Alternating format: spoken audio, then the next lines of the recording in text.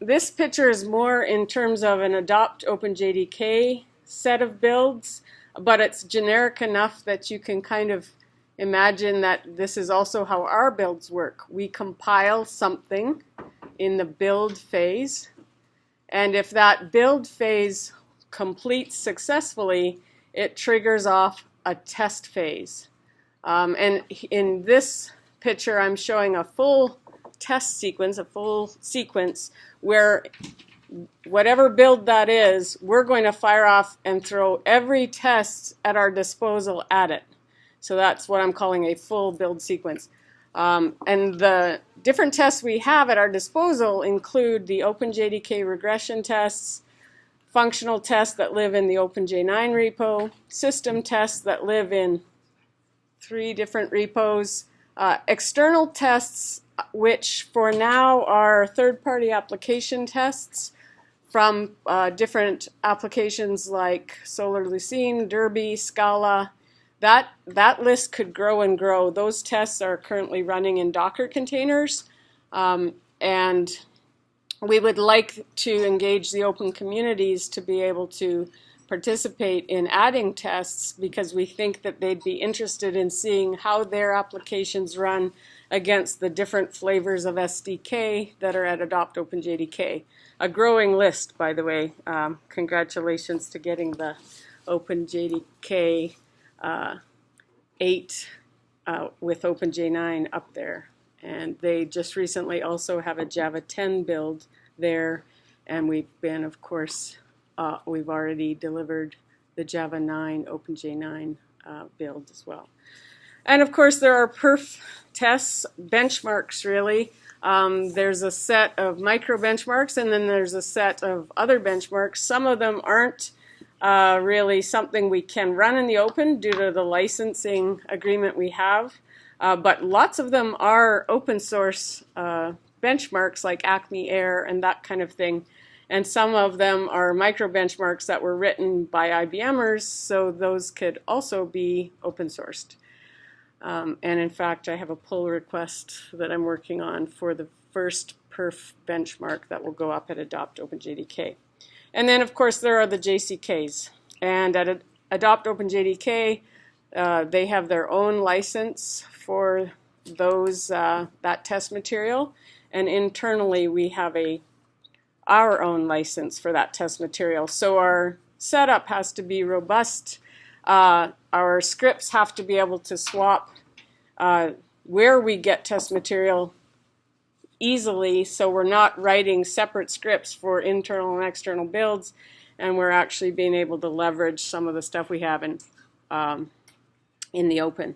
And then, of course, if the tests actually complete and pass, then that triggers off a deployment phase. And in the case of a full build sequence, that might be Adopt saying, yes, we're going to put these binaries up and have them be available. At the moment, they're putting them up whether tests pass or not, which may be what they continue to do, and in which case the deployment phase would be just annotating the web page to say that all the tests pass or some of them failed, and a link to the failed tests. Okay, lots of talking. The other continuous integration pipeline, more of interest to, I think, the people in this room, is the pull request sequence. And in that case, we build, and this is, everyone has experienced this at OMR, at OpenJ9, and with our internal builds. The build and test portions are actually all part of kind of one sequence. So we implement it differently, but logically it's still these separate phases. Build triggers a very short set, ideally a very short set of tests from all of our test targets. Our goal is to keep that set shorter than 15 minutes. So we have some work to do to remove some of the stuff that's currently tagged as sanity. We also have the ability to run tests in parallel and optimize in that way. However, we haven't had a full chance to try that because you need more than a single machine to be able to check whether or not that's possible. And at Adopt, we're we're sorely short of test machines at the moment. But we do have a growing list internally, so we'll be able to turn some of that on in our internal builds at least. And then the deploy phase in this case is actually, I'm allowed to proceed, and we can now push that or put those changes into the mainstream because we're confident about this change. But I wanted to go through just quickly. I have some stuff in blue here, which is the things that are going to be coming in the very near future at a test repo near you, or at least in the test directory in OpenJ9 near you and at AdoptOpenJDK. So there are different ways and different dimensions that we can group tests. Not all of you probably know some of this. We haven't been probably as good about educating folks on how to slice and dice their tests as they can, but now seems the time because people really need to optimize the amount, minimize the amount of time it takes to run the tests. So one of the ways that you might recognize is that we can tag tests as OpenJDK. You might have seen that as some of the tests that we have in playlists in the test directory are marked that. We have used in the past sanity and extended as a type of group. So when I'm talking about the group here, any new test you add actually has to belong to one of those groups. We're going to, the test won't run and it won't compile if you don't say that it belongs to one of those groups. For this, people in this room, you're mainly thinking about function tests and you're mainly adding them in the OpenJ9 repo. Some of you probably have helped or have written system tests as well. And if you are helping to do that, you're aware there's system tests at AdoptOpenJDK, that those tests live there and they work against any implementation of JVM. The system tests that live at OpenJ9, or not within that repo, but in a sister repo, are only for testing OpenJ9 code. So those tests are spread around a little bit, and we actually haven't turned the OpenJ9 specific ones on yet. The OpenJDK stuff refers to the regression tests. Those are running, the full set is running at AdoptOpenJDK on some of the builds. We haven't actually turned on the full set for the OpenJ9 stuff yet. As you might know, there's groups of tests in there that are hotspot specific. So obviously we need a way to tag those to not include them in the run of our OpenJ9 stuff. And then the external ones refer to those third-party application tests. In the past, we've also referred to when we were running the Liberty FAT test or functional acceptance tests, we were calling them external because we didn't write them and they were coming from elsewhere. Perf, the benchmarks, JCK, fairly obvious. Level. So level now, in the past, it has meant your tests level of sanity used to be up as a group, and you would either put your tests in sanity or OpenJDK or external, blah, blah, blah. Now you will be able to optionally tag anything up in that group layer with a sanity tag, and it means those tests will get pulled in and used as part of the pull request build. So the implication there is if you wanted a JCK, an individual JCK test as a part of the sanity builds, you could tag it and it would be pulled in as part of that. Now we'll have to monitor the execution time doesn't grow outrageously large. I think we'll be culling that. But we will talk a little bit here about slicing and dicing. So there has been a request that different groups should be able to run their own set of sanity. They should be able to define their own set of sanity, but remembering that you can actually mix and match make targets.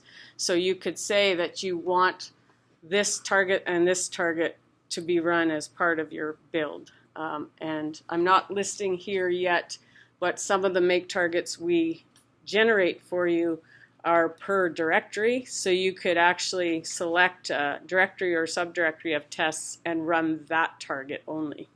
So for a JIT team that wants to just run JIT tests, they could run just the things that were contained in the JIT test folder. So subset, as everyone probably knows, the test framework that we have, which is meant to be this very lightweight framework that you overlay, and it allows us to yoke together all of these different tests that live in all these different repos. The subset there, this framework works for 80 and 90, and I guess whatever we're going to call 10. We may have to rename those tags, but since we already have a Java 10 build at Adopt, we'll have to get that tagging system figured out quickly. And then, of course, implementation. Currently, the only two that we have at Adopt are Hotspot and OpenJ9. The default is blank, so if you don't tag your test with anything, we'll assume that that test is good for both types of implementation, and only in the case where a test could only be run against one of those would you ever use those tags. I'd encourage people to write stuff that, as best they can, would work for both. So make targets, talked about this already. We were talking about the tags back on the last slide. Those tags are how you, when you're adding a test, how you would tag it in your playlist. And this is how the top level logical test targets look. We are going to try to match those tags so you know there's no weird renaming thing that's happening. And again, I mentioned tests must belong to one of those groups below, and they can optionally be tagged as sanity. What I wanted to do was show what the AdoptOpenJDK test repo looks like. And then try to talk briefly about what it would look like in our test folder at OpenJ9 as well. So at Adopt, we have the same folder test config. Here we have an example folder so people could copy paste that folder, and that's an easy way to add new tests, is copy paste the whole folder and then start making your changes there.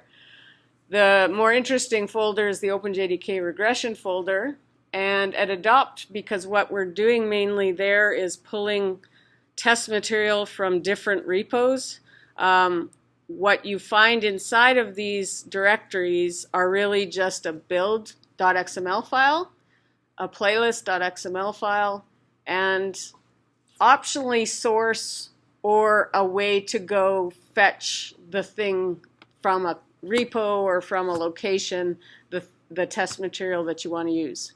So you notice in our OpenJ9 test folder, our directories usually contain source. They don't usually contain a script that would go get stuff for you, because all of our source lives in that repo.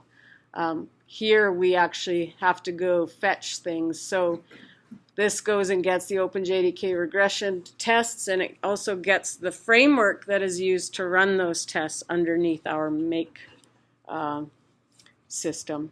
So the JTReg executable and such. And then third-party containers will contain subfolders. Each one of them has information about how to build. There's a Docker file in there, there's a build file, and there's a playlist file. And how this works is if you want to run those tests, then you would go make external, and that would fire off at Adopt, that fires off the building of the Docker file and then the running of the tests in the Docker file. Internally, how we do this same testing is we have a separate build that builds the Docker file. It stores it up at our Artifactory instance so that we don't have to waste the time in the build each time to build a Docker file. But this version is more standalone. You don't need an Artifactory instance to pull stuff from. Functional, this folder that we will be putting shortly at Adopt will contain tests from the OpenJ9 repo. System tests, this folder, which we'll be adding, we'll pull from the OpenJDK system repo, and performance folder. We'll have subfolders just like third-party containers, one for each benchmark that we're putting there. And the first benchmark that will be going in there is one called an idle micro benchmark from the cloud team in Bangalore.